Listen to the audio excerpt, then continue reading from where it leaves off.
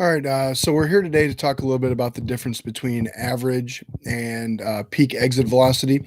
Our number one goal for our hitters is that they hit the ball hard every time they come to bat. That is the one thing that we want them to do, whether they're on the tee, they're in the cage, they're at the plate. The number one thing we want them to do is hit the ball hard. So um, exit velocity is a big deal for us, and there's two different numbers that you're going to get from exit velocity, whether it's done with a radar gun behind a tee or whether you have a unit like a Rapsodo unit or a HitTrax or something like that.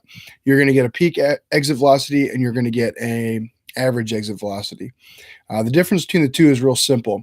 The peak exit velocity is how much force the engine is able to produce. It is the peak amount of force that they can produce. It is truly what they are capable of. The difference between the peak and the average exit velocity a lot of times is going to show you what their barrel control is like. So if they have a really high, I'll just throw some numbers out. If they have a 90-mile-an-hour exit velocity, and let's say we're working with a T here, and their average exit velocity is 84, 85, that's not a very good barrel control because they're not able to replicate that 90 miles an hour or get very close to that very often. They likely have some in the 70s.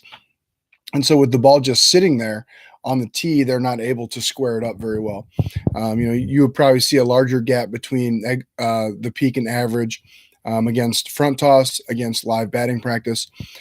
So what the two numbers tell us is, again, what they're capable of, and then how often they are actually putting bat on ball and creating hard contact.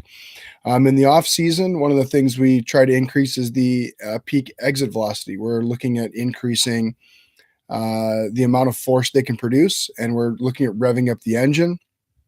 And then as the season gets closer, now we're going to try to increase their barrel control, increase their ability to produce force with a ball that is coming at them, and then also ultimately in a live at bat situation.